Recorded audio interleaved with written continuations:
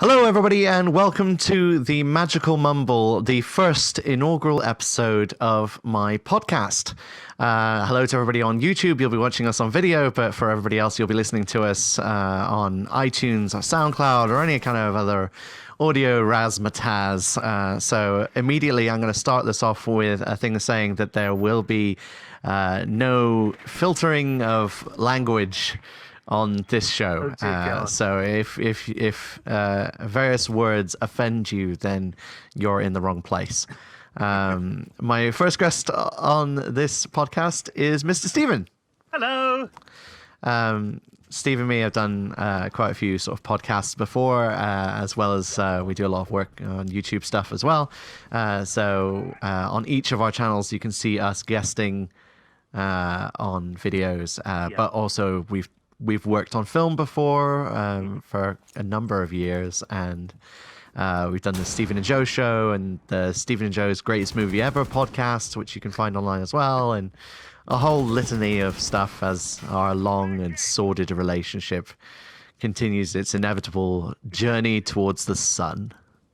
I thought journey towards decline was probably take success, put it in a glass bowl, and smash it on the ground. Yes. You throw it into the sea, and then one day somebody will find it and think, "Oh, it's a message in a bottle. It's a load of success," and they'll be really happy. No, We'll have died. No. It'll just be our fetid remains. A little note saying "well done" and a fortune cookie. It'll. Yeah. Oh God. Right.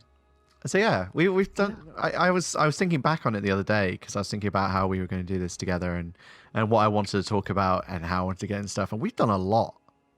We've done a lot. We have done an awful lot of stuff. Right back from.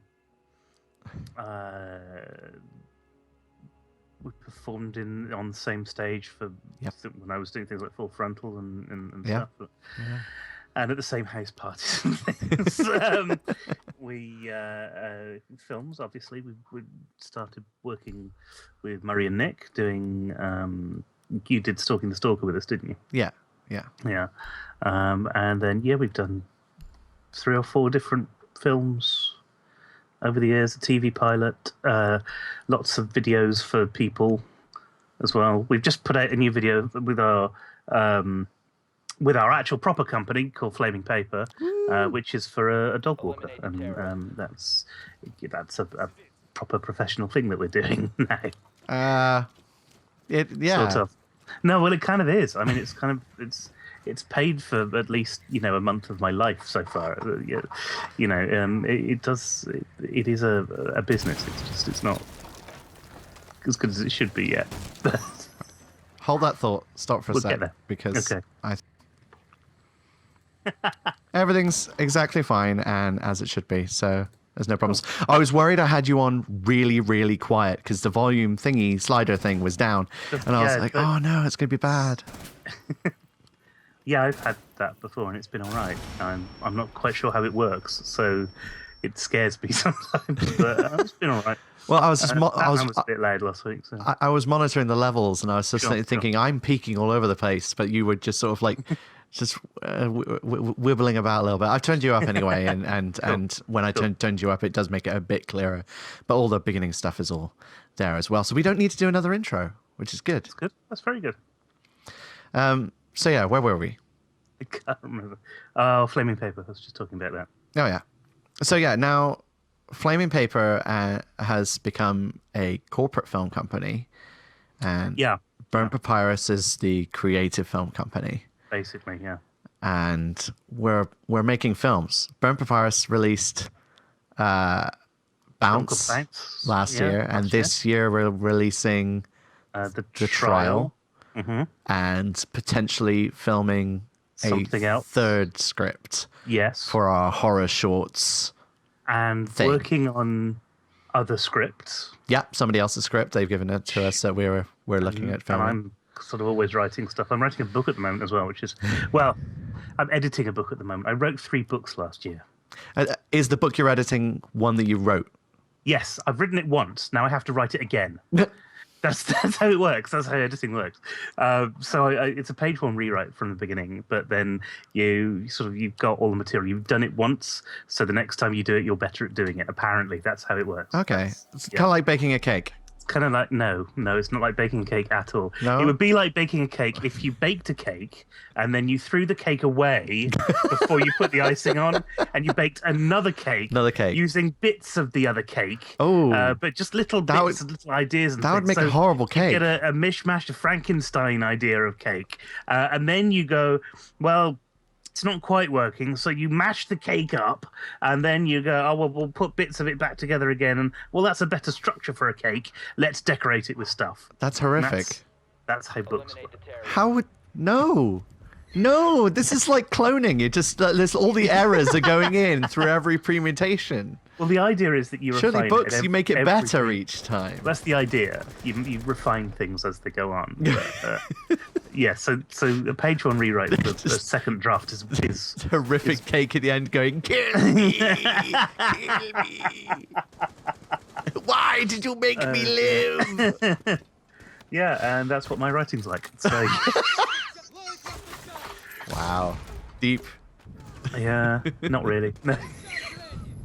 Are you allowed to talk about what you're writing, or are you still? Yeah, because I'm not selling it to anyone. So. Oh no, but are you keeping it secret until it gets like released? Not really. No, not the first one. Because the first one is called Steampunked. It is set against the backdrop of London during the 1800s. Okay. Its star is a street urchin known as Peter. He is the king of the urchins. That is his. His job. King. He's the urchin king. It's a bit like a kind of a. He's very spiny. He's a bit like kind of a young Fagin. Nice. He's before Fagin's really old. He must have been young at some point. So Fagin's prime. Yeah, well, okay. kind of. Yeah, when he was. So he's got all of these street urchins underneath him that he sort of controls, and he tells them, well, you're going to use like shoes urchin powers to go and rob these streets today, and then you're going to run the shop, because he's an organized criminal. Okay, so he's like the head of a crime family, basically. Yeah, sort of like Fagin was, basically. More street-based. Okay, cool. Only, things go wrong and people start to get killed, and he looks into why people are getting killed, and there's this big monster thing, and so he has to go up. Okay, cool. So it's kind of like, so the main authority in whatever city he's in don't believe in the existence of the monster, I take it? Well, if you look back at, because the 1800s, and this is what, I'm writing steampunk. Yeah. And steampunk works because the 1800s in particular, with this sort of alternative history stuff, is very... It's the time when a lot of things happened. Like you had your first police force. Yeah. You had so there's a lot of changes going on. You had industry, which was started in the 1700s, well 1700s, but then was really the big changes were all in the 1800s. The big discoveries were all sort of from there on in. There's a reason why our society is like it is at the moment, and a lot of it is because of the 1800s. A lot of things, for example, with spiritualism, we take from the ideas that the 1800s had. You don't necessarily see the stuff coming in the 1700s because you could still get killed for that sort of thing. So I suppose it's a time where a lot of development was happening, a lot of research was happening, things like the idea of medicine being a lot of medical ideas were terribly wrong, but they were developing and improving and trying to. A lot of science was pushed. You've got some great kind things. You've got all the body snatcher stuff that was happening. That Burke and Hare was happening in the 1800s. You've got was Ripper 1800s? Or was that 1700s? Ripper was the 1800s. It was 1800s. Yeah. Cool. You've got the Jack the Ripper stuff. You've got all the Victorian literature that we know about. So there's Holmes. Well, Holmes, yeah. You admittedly you think about Sherlock Holmes, all of Arthur Conan Doyle stuff. So the Lost World, it was written. Of course, yeah. Towards the tail end of that as well. And there was a lot of fun stuff as well, like Jekyll and Hyde, and there's a lot of Leagues Under the Sea, I guess. Yeah, well, Jules Verne, everything. Yeah. Journey to the Centre of the Earth. Would have been. Yes. Ooh. think HG, so War of the Worlds as well. Yeah. There's a lot of literature to sort of pull on. It's a good era to write in, for sure. What I want to do with it is to have a world where you start off, they don't have the industry that they probably should have, but it's being created at the moment. Okay. And so the aristocracy have filled in those bits of life that they miss. You know, let's do this easier by doing something technical. Well, they can't do that, so they use magicians, and they pay magicians to create things for them, or to make them more things, or to So would you say you're not going for an atypical? No, not really. More like you're not going for an atypical kind of steampunk scenario. You're kind of doing something original. I talked about roughly steampunk. I don't know when this is going out, but I did a blog recently which was talking about the 3 books that sort of changed my life. I watched that. I watched that this morning, actually. Went out this morning. Yeah. I thought, let's do it at 6. That was a really good vlog. If you guys want to hear Mr. Steven's opinions, you can go and watch Mr. Steven Has an Opinion, which is your vlog show. Oh, yeah, your semi-regular newly vlog back. Newly back. I'm going to try and do one a week, but you know how that always doesn't work. No, it's good. I'm glad to see that back. It was a really good format. Another one. But anyway, those 3 books, interesting. I chose Hitchhiker's Guide because it was the first on comedy and science fiction and stuff, and Discworld's Men at Arms from Terry Pratchett, because again, it was that kind of that mix of fantasy and humour, and Stormfront from the Dresden Files.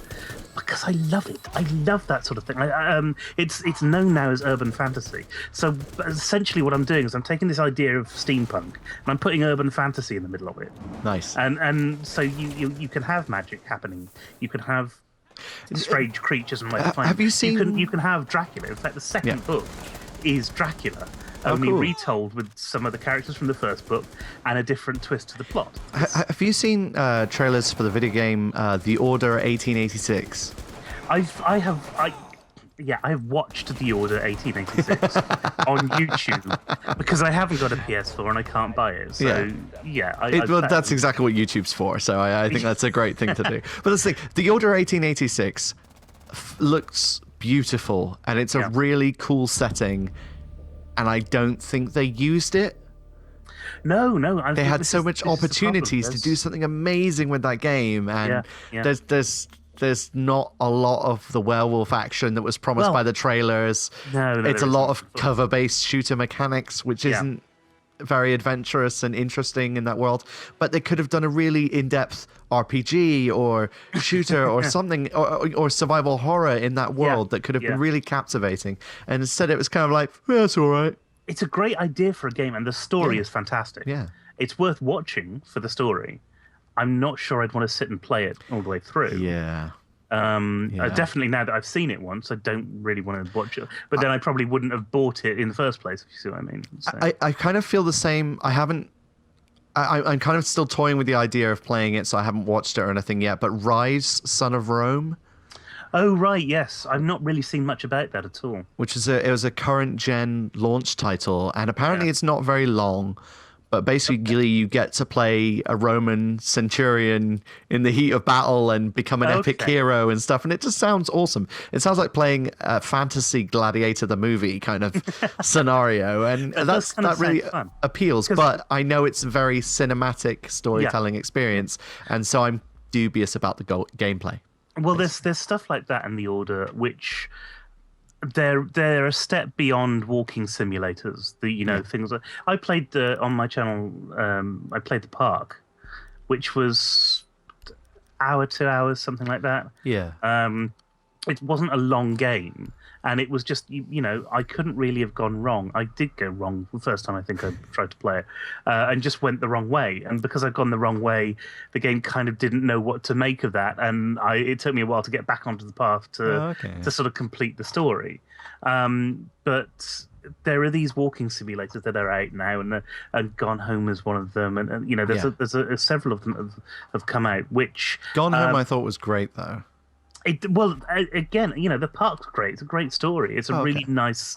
It came out at Halloween, so it was perfect for that sort of thing. but the gameplay aspect of it is much reduced. It's not, you don't buy those sort of games to play a game as such. You buy it to have an interactive story, and I think we should be a bit more honest about calling these things. Look, it's an interactive story. There is nothing wrong with that. I mean, that could be a great, beautiful thing because it can be experienced, and it's somewhere in between game and movie, I guess. And that's played quite an interactive story on your channel, and it's fun. It's there's again, nothing wrong with it, but you categorize these things properly and call them what I just think that people would be a bit more willing to try them, because the things that Telltale stuff has done incredibly well. They're amazing. I really, really love the Telltale games. I think they, as a company, they have a format of what they do, and then what they do, they do very, very well. Incredibly well. It really is good. Really is good. And yet they're essentially the same sort of thing. It's the choose your own adventure book for the current generation, and they're wonderful. But you need to sort of, I suppose, educate people on, look, you can have these experiences as well. Yeah. You don't have to just play a game like this. That's fine. I need to kind of backtrack slightly now, obviously, because this is our first episode. I wanted to do a podcast with you because we've done so many before, and it just seemed like the perfect place to start. Many times. I'm so old. I remember that. But we've kind of just, as we normally do, have just launched into it and have found this very, very easy. But I had an idea of starting these podcasts with an icebreaker. Right. I don't have any ice. Is that a problem? No. Traditional icebreakers, obviously, is either sayings or things to do at parties to kind of get to know someone. Well, the one I remember is the one where you sit round in a circle and you have to say one another's names. Yeah. But we know one another's names. Yeah, and that might not be good. Well, there's a lot of corporate ones as well out there for like getting to know people in business, and it's you get things like people holding a ball and they say who they are and what they do, and then pass the ball to somebody else, and it eventually gets its way around the group and things like that. I have to hold my ball. Is that? Yes. No, but see, I started to look up icebreakers. Yeah. Oh my God. There are some scary icebreakers out there. So one of them was, they say, this is in books that say to do this at corporate events as icebreakers. So you've got chairs in a circle.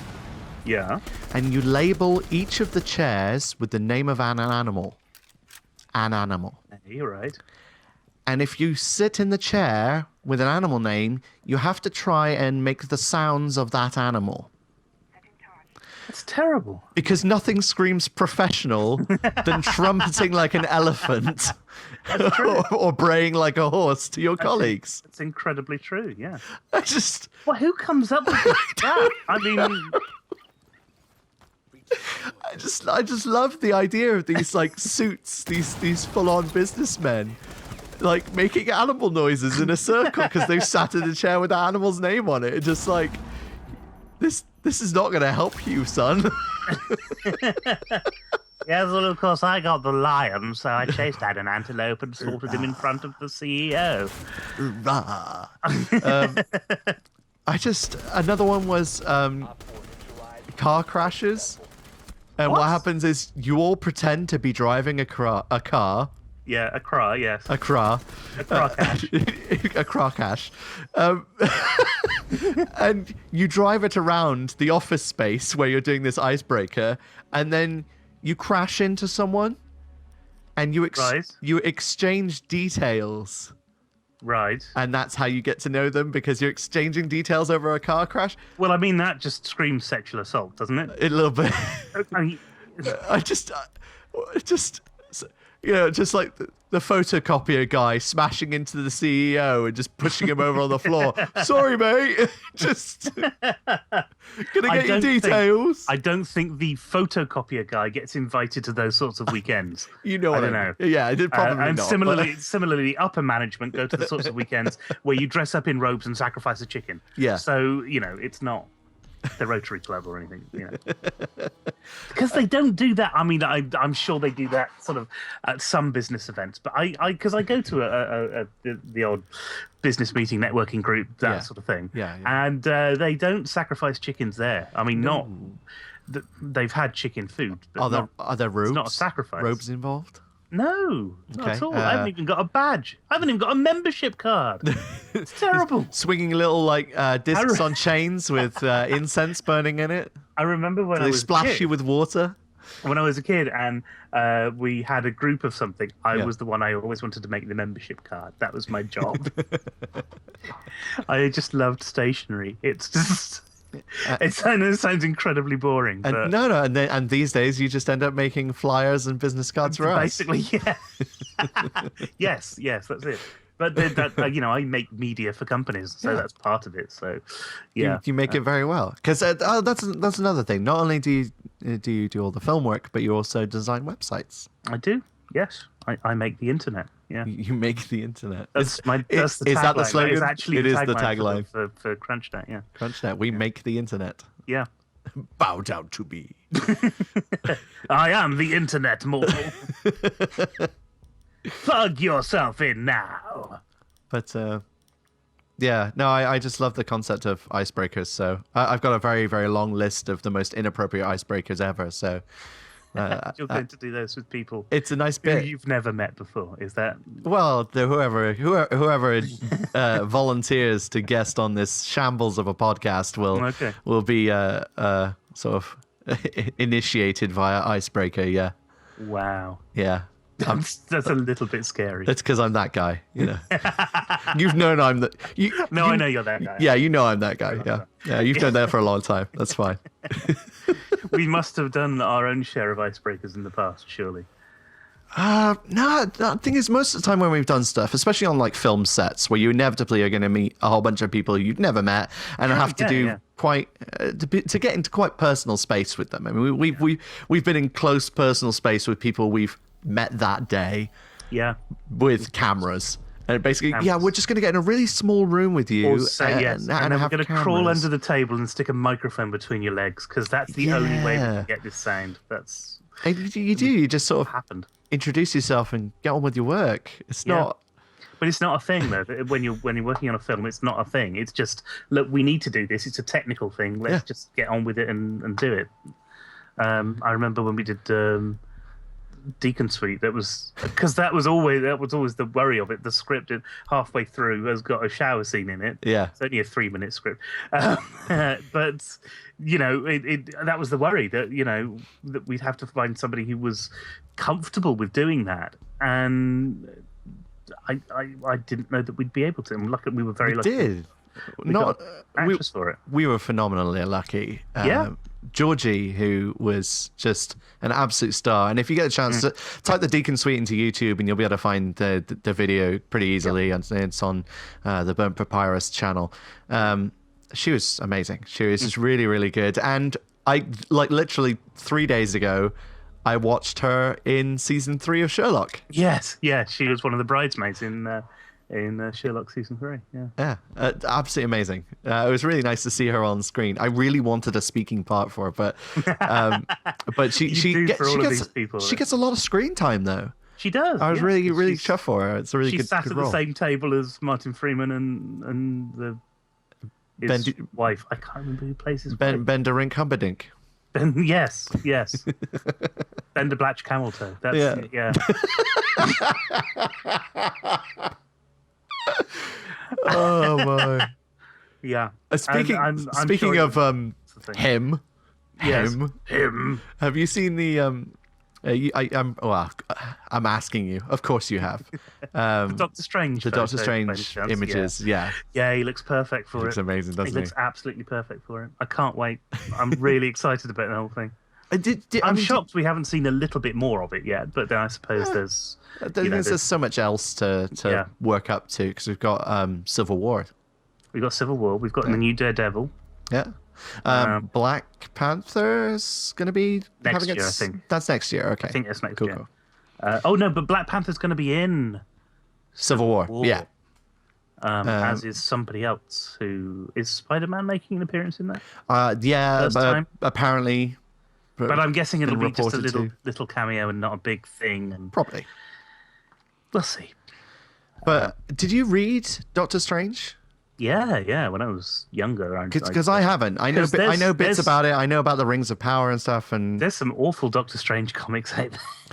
Because it was written. That was the first ones. I think was written in the '60s, and they're kind of psychedelic bullshit.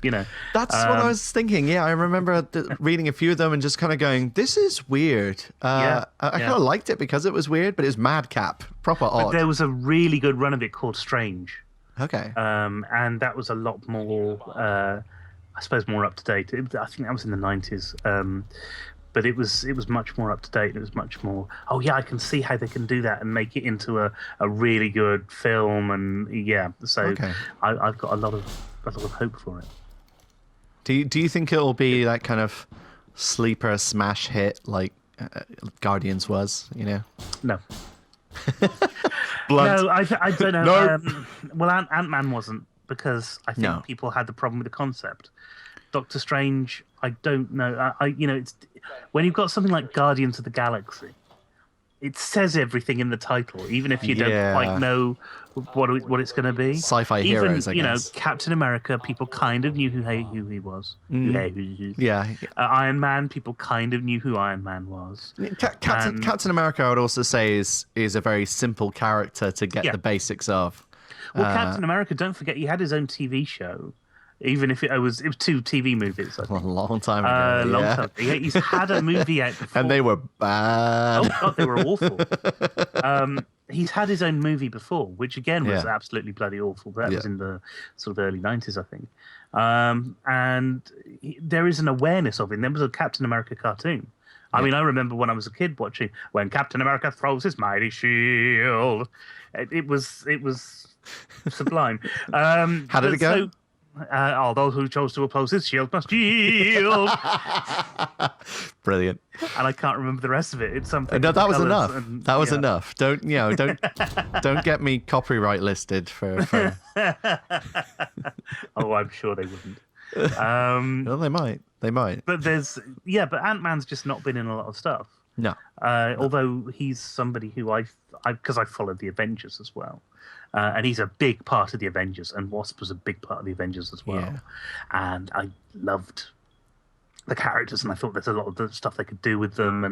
And so when I heard there was going to be a movie, I was really excited about it. But nobody else was, and it's one of those things. It was the opposite of Star Wars, where everybody was excited about Star Wars, and I thought, right, I'm going to ignore all of that until I've seen the film, and then I'm going to get excited about it. Because hype's a problem. There's a lot of hype around so many movies, and trailers that either tell you everything about the movie and spoil it all, or trailers that bill the movie as something else. Yeah, there's an awful lot of stuff about that. Bugs me. And trailers what they're doing now in Hollywood is they are asking the company to film specific things, specific lines that they want to put in the trailer with the actors in the right place. And it never makes it into the film. And it's not even a deleted scene. It just never makes it into the film. Because they do that sometimes with things like taglines for the movie, don't they? Yeah. But it was just and people are saying, "Oh yeah, there's a real art to trailers." It's not. It's lying.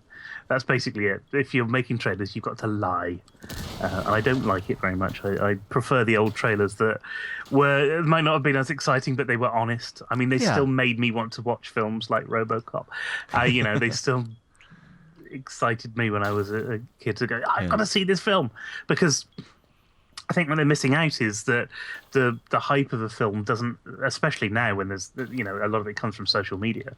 It doesn't come from the trailer itself. You can put all the action bits into a trailer, and that's fine. But when people go and see it, they'll have remembered all the action bits because they'll have seen the trailer again and again and again and again and again. Yeah. What you really should do is just take the first third of the film and say, all right, let's put this first third of the film into a 30-second clip. I agree.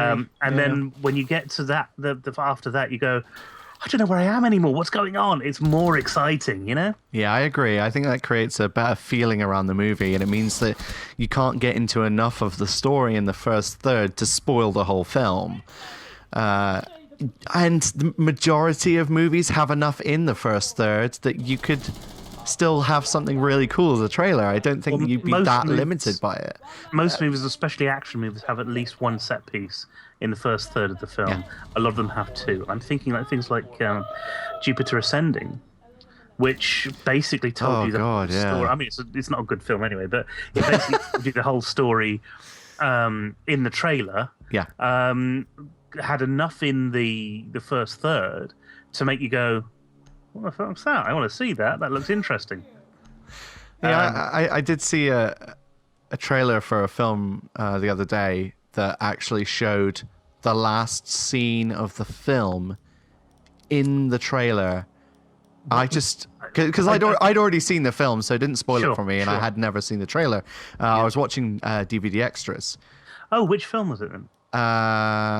Which one was it? Because if it was something new and current, I'd say don't say because it'll spoil it. But no, I'm not going to say what it was anyway. But it was just a really key scene towards the end of the film, and then they showed it in the trailer for the film, and I hadn't seen the trailer, so I was fine. But I just know that some people would have seen that trailer and go, oh, I wonder when that happens. Completely, yeah. And if you're watching the movie, it's like, well, that hasn't happened yet, so I know those characters survive. Yeah. And it's like, so any risk of that character dying is suddenly taken out of the equation because that bit in the trailer hasn't happened yet. Yeah. And that's clearly a concluding bit to what's going on. And there's a nice thing frustrating in a few book series that I've had where I've read that where the narrator starts out and the twist is the first thing that you read is I am this character, I am dead. Yeah. So you know they're gonna die. Yeah. And then the excitement is still there of, well, how does it happen? Yeah. But yeah, when you get something and you know they survive at the end of it, it's kind of a bit. It just means any scenario. Why am I, Yeah, any scenario where they're about to die. Yeah. Suddenly you're not worried because like, well, I know they survive, so it's just how are they going to get out of it? It becomes I wonder what's going to happen, rather than what's going to happen? You know, it's just, it takes away that. It's risk. like rewatching a series of films where you know there's a second one. Yeah. Or where you know the actor's been booked for the sequel or what have you. So it's This brings me on to another thing, which is book to film conversions, because we've seen Hollywood seems to be completely running out of any new idea whatsoever. So it's either remakes or book to films. Yeah. And remakes we could slam against the wall till the end of eternity, and we will do, but we don't need to do that today. But books to film is an interesting thing that I want to cover, and I've been trying to think of books that make better films. So there aren't many. No, there aren't. But there are some. Like the Da Vinci Code, I think. No, you're right. Actually made a better film than it did a book. Twilight. Yeah, I've heard that. Twilight's actually a pretty good film series. But no, it really is. I mean, it's for a specific audience. Yeah. But in terms of between that and the books, I could happily sit down and watch the films, which aren't actually that long. Yeah. And it kind of makes more sense. If you know what I mean, it's kind of because if you're placed in this world for such a short period of time. Yeah. You can suspend your disbelief for that amount of time and go, oh, yeah, that was really good. And what they did with the last of the Twilight films was, and again, it's stuff that's in the book, but it's not actually in the book. Yeah. But they managed to pull out this massive action scene, which doesn't technically happen in the book. But it's quite a nice way of doing it. If you know what the book is, you can kind of go, oh yeah, well they've done that, and that's all right. If you don't know what the book is, if you've never read any of it and it doesn't make anything, you'll go, no, it's such a big cop out. But that I don't think matters. But it makes me think that bad books can make good films. The problem is when you get a good book, is it very rarely translates to a good film. There are exceptions. There are loads of exceptions. It doesn't translate to because films are short. In the medium of film is. I know you're getting films that are 2.5, 3 hours long now, but they're not. But they're not really doing anything more than the pad. There's a lot of padding in there. Yeah, which they could probably lose a big chunk of. And books you can spend hours and hours and hours reading, and you get a lot more inner thoughts of characters, so it is going to last longer, and you can create a longer, more in-depth experience. And you can't hear the characters' inner feelings like you can in a book, in a film. It's just not exactly. Yeah, it's not possible to translate that properly. What will be interesting to see is this year we've got Fabulous Beasts and Where to Find Them. Yeah. Which is based on a really thin book that J.K. Rowling wrote for Comic Relief some years ago. Yeah. And was, of course, mentioned in the Harry Potter books. So, yeah, I think that in particular is going to be something which we'll see. How does Hollywood actually cope with something which is pretty short? Because a lot of good films that are based on original source material aren't based on books at all. Yeah. They're based on short stories or novellas. Exactly, yeah. And it's that thing that the film in essence can only take a sort of short chunk of time and display it on screen. Yeah. Even if it's a film that lasts for, in the film's time frame, it might last for 1,000 years. It doesn't matter. It's only really good at focusing on little bits of time, little snippets of time. Whereas a book can take months, even years. The good example of that actually is the George R.R. Martin books, Game of Thrones, because those books there are months and months and months in between different things that happen. Yeah, and they've had to condense so much of it. They have. They've done an incredibly good job. They've done a really, really good job. That's a great example of great book, great TV series. It's one of those things that has actually worked for me. Like the books are really good, and the TV series is really good. Yeah. And I don't think that I wouldn't put one above the other. I know some people who do. Some people are just like, the books are way, way better. I know other people are like, oh, I couldn't get along with the books. I really, really like TV series. And I think they are two different things for different audiences. And of course, there's going to be a massive crossover between those audiences, but they are kind of, to some extent, sort of disparate, which is fine. Let that happen. It's perfectly fine. But then television is doing stuff that film can't at the moment, and that's why I think television has been, or that kind of long form filmed piece where you can tell a story that takes place over a long period of time. I think that's much more exciting a medium than just what we've got with film, because I think with film, I don't think it's coming back to this, you're getting a lot of remakes, you're getting a lot of things based on original IP. But that means that as a medium, it's not telling new stories, it's not going into new places. Yeah. And which I think television is doing that already. Yeah. And it's doing it incredibly well. But in the film and cinema kind of world, I like the idea that you can take an average book that's a good page turner and turn it into a better film. Yes. And I think if they're going to be converting these beloved works into films, why do they keep taking this stuff which has such a fandom that surrounds it, that they're so precious about it? There's no possible way you're going to be able to please these people. Well, I think it would be better if they went to books that have interesting stories that perhaps have missed it slightly on the book side, and convert those to film instead. I just think it would make for some really interesting films. It probably would, but Hollywood runs on numbers. I mean, it lives on lives and dies on the numbers, in fact. And there can be, you can have things like Waterworld, which is it lost so much money, really but it did. gained it all back again. It was one of the highest grossing films for years, not because of the cinema things, but because TV channels would buy it and show it, because it's a good chunk of time that they can schedule, and they don't have to schedule programs for. So it made them a lot of money back. And that's like the worst reason to make money. We just wanted to fill time. It's one of those films where you can talk to a lot of people, and they all know the film. They all know who's in it, and none of them have seen it. They might have gone to Universal and seen the water park. None of them's actually seen it, because they've heard such bad things about it. But it's actually done pretty well for the company. Yeah. So the numbers are incredibly important when you get into something like Hollywood. But you don't get that so much in television, which is why television can make bolder choices.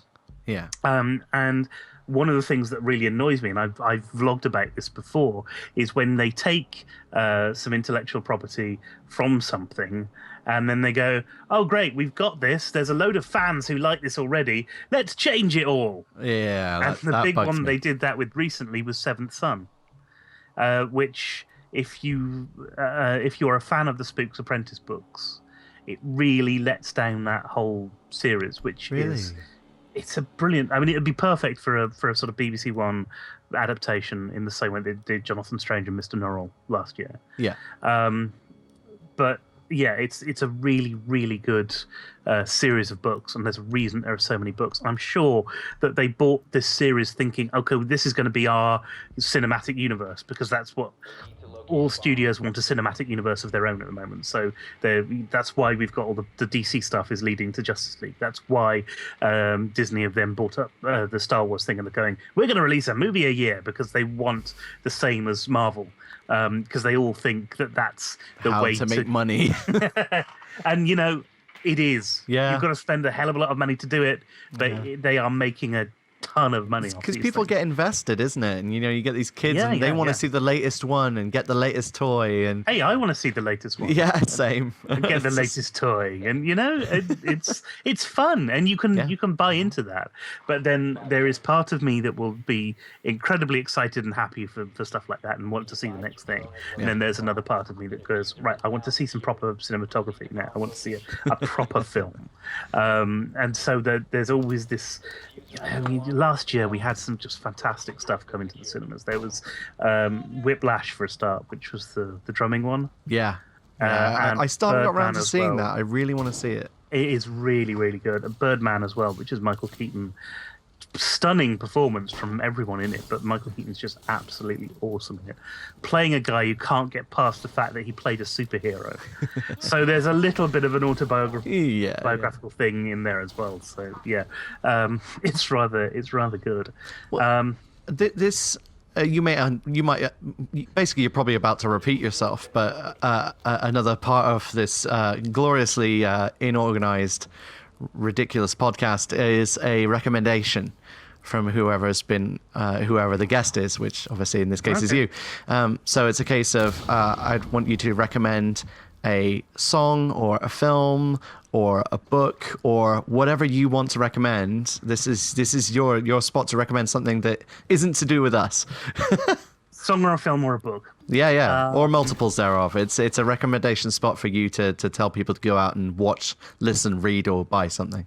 Yeah, okay. I'm gonna say a book because of my recent vlog. I think everybody should go out and buy a copy of and read from start to finish the Stormfront by Jim Butcher, which is the first of the Harry Dresden novels. They are great. There was, and because I've been watching it again recently. There was a TV show which is here in the 90s of the Dresden Files. I remember it. Jim Butcher is. I mean, they get bits wrong in this, but they do a fairly good job of actually doing it's as close as you'd be able to get to it on TV in the 90s, It's a kind of a Buffy the Vampire Slayer thing, only it's not Buffy the Vampire Slayer. It's a guy called Harry Dresden who's a wizard. It's written in the first person. It's very accessible. Okay. And it's about this grumpy wizard who solves problems. And there's a whole series of books. I've got the Audible, so I've never read it, but I've got the Audible versions of it. It sounds like you're describing yourself. A grumpy wizard that solves grumpy problems. Wizard that solves problems. Well, my character that we play in D&D is called Dristan. Oh, is that where that's come from? That's where it's come from. Yeah. Cool. And the fact that occasionally he'll chant words, that all the words are from the Dresden Files. They're all the spells that he uses are things from Dresden Files. But I keep forgetting to do them, so that's fine. But yeah, it was such a kind of a revelation that you can do something like that and put it into a world. And Jim Butcher was one of the first people to do this kind of urban fantasy thing, or at least. He probably wasn't one of the first, but he was one of the first to sort of popularize it. Yeah. And they're great. They're just they're easy to read. They're, throw away at the end of the thing, and maybe you'll go back to it at some point. But it's really nice. And you get to kind of experience these characters that are, through a series of books that you either like or hate or both. Wow. And yeah, it's really good. The audiobooks that are available are read by James Masters, who was Spike in Buffy. And he does a fantastic job. Just in terms of speaking, he is Harry Dresden. He does it perfectly. It's actually quite a good singing voice as well, hasn't he? He has, yeah. I've seen him doing acoustic song shows and things like that, and for fan meetups and things. I guess most people would have heard him in the musical as well, doing "Rest in Peace." Yeah, of course. Main song, wasn't it? All right. Well, another section to this absolute mess of a podcast. I don't know. Actually, it's going pretty well so far. I didn't know how well we'd be able to pace this out, but the next segment is called "That's a Thing." Right. And I'm going to Do I have to choose the thing then? No. I'm going to talk to you about a thing. Okay. Basically, there is the wonderful world of Amazon, where you can buy many things, and people do buy things and make uninformed, drunken decisions on what they're going to buy. Are you saying you've made some uninformed, drunken decisions about buying stuff on Amazon, and now you want an excuse to show them off? No. Well, yes, I have, but that's another story for another day. Mainly that you can find quite a lot of very unusual reviews for products on Amazon. Okay. Yeah. And I just wanted to take a moment each time I do a podcast to talk about some of them. Okay. So this podcast, I'm going to read you out the Wheelmate laptop steering wheel desk. Right. Okay. So this is you've got your car steering wheel in front of you. Yeah. And this is a little plate which snaps into the bottom of your steering wheel. Yeah. So you can put your laptop on your steering wheel. Okay. That's good, right? I'm not convinced, This is a laptop desk that attaches to the steering wheel of your car. So here's the one of the reviews here. Just a friendly warning: don't tilt the steering wheel more than 15 degrees, otherwise liquids will spill. I think I'm getting the hang of it now. We'll write a follow-up once I make it back to my house. The one thing I want to add GQEGAVAO. So they're taking the piss a bit because it's a little bit. It's a tray you put on. Who buys these things? I mean, seriously. Here's another 5 stars, very helpful. This is great. I use it to line up shot glasses as I drive my bus of nuns and orphans along the mountain roads from the orphanage to town and back again. Oh my God. I mean, who thought? Somebody somewhere must have thought, this is a good idea. We'll put a tray at the bottom of the steering wheel, the only thing in a car that actually moves in a circle. Here's another one, 4 out of 5 stars. These worked great in the cockpit of our transcontinental flights. My co-pilot and I both use these during our daily grind transcontinental flights from San Diego to Minneapolis. We had to modify them a bit to fit snug against the instrument panels. When we bought them, we didn't realize the planes we fly don't have steering wheels. But in the end, it did the job. With our laptops firmly in place, we're now able to focus our attention on what really mattered, participating in raids with our WoW clan. during our last flight, we were so immersed in trying to take down Arachidus that we overshot Minneapolis for a full half an hour before annoying flight attendants interrupted us, babbling something about FAA and F-16 fighters. Okay. The point of it is, yes. Why would you have this thing? Why does this thing exist? Yeah. I think there are some nice things you can get that are helpful around the house that are, let's clip this thing onto that thing and look, that's useful. An automatic coffee stirrer instead of using a spoon. It's a great... If you've got a hangover, it can be a real godsend.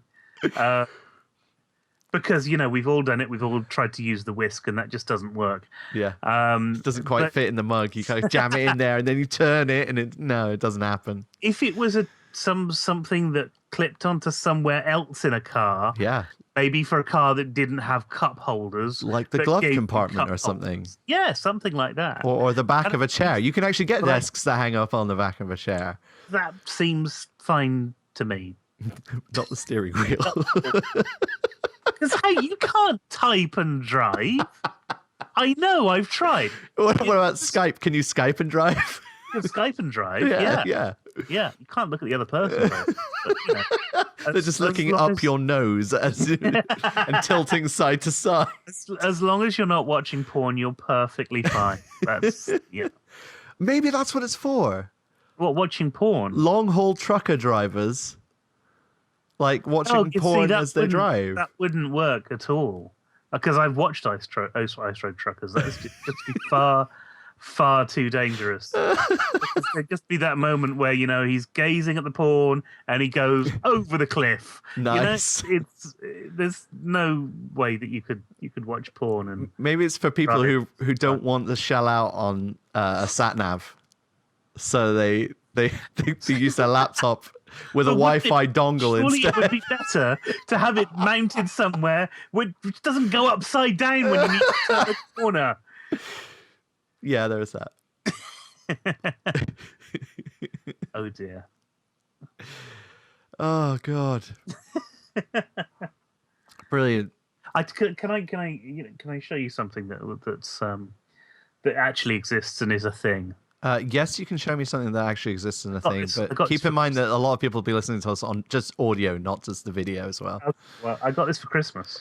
Okay. And if I show it to the camera first, it's a box to keep all of your remote controls in. Oh, that's quite handy. With a handle on the top, and you can carry it around like you're important. Because I've got rather a long. It's like carrying around an important briefcase, and it's just full of remote controls, remote controls and banana crisps and stuff like that. Because I've got a rather long room. There's no one place where I can put all of my remote controls that is in easy reach, depending on whether I'm sat on the sofa or sat at the desk or lying in bed. So with this, I can just carry it with me. And then I've put strategic places around my room where I can keep my remote controls. I like that. And it's really useful, actually. It's incredibly useful. I've got some earphones in there as well. I put my mobile phone in there, and it comes with me everywhere I go. It's like your little lunchbox. It is, yeah. But it's really useful because it keeps everything together, and you're not searching for a remote control all the time. True. So yeah. Cool. So there's a thing that is a thing. Is that a thing you're recommending for people? Yes, who have long rooms? If you have long rooms, yeah. if you've got short, fat rooms, then you don't need it because that's perfectly fine. You can have centrally located remotes, and everyone will be able to find one. But I've had times where I can't find the remotes that I want because I've got 7 or 8 of the damn things, because that's how technology works nowadays. Yeah, you get. I bought a laptop and it had a remote control with it. I mean, it's ridiculous that you need. Your laptop had a remote control with it. My laptop had a remote control with it for using on Windows Media Center. Oh, okay. I guess it kind of makes sense, but the fact that you've got one. And it has to be kept somewhere that not going to lose. And it wasn't a particularly big thing anyway. Yeah. That's a problem. It needs to be solved. And universal remote controls don't work universally. Not anymore. No, there's too many different devices these days. Yeah. So that was work. that thing that What do you call it? What is Harold. this? Harold. Harold the box. Yeah. So buy yourself a Harold. Buy yourself a Harold. Yeah. Well, thank you for hanging out with me for a bit and coming on my first podcast number 1 in the bag. Yeah, that's cool. If you guys want to suggest things for the Magical Mumble, then please feel free to tweet them at me, which is at Magical, which is Majikel. And if people want to talk to you, can they reach you in places?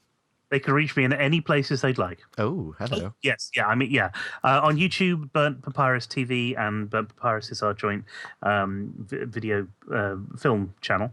And on Twitter, Steve_Meller. If you need a website, crunchnet.co.uk, or if you want a corporate film, flamingpaper.co.uk. Perfect. Excellent. Thanks very much, everybody. And we'll see you guys again soon for either videos on YouTube or more podcasts. Thank you for joining us. Bye. Bye.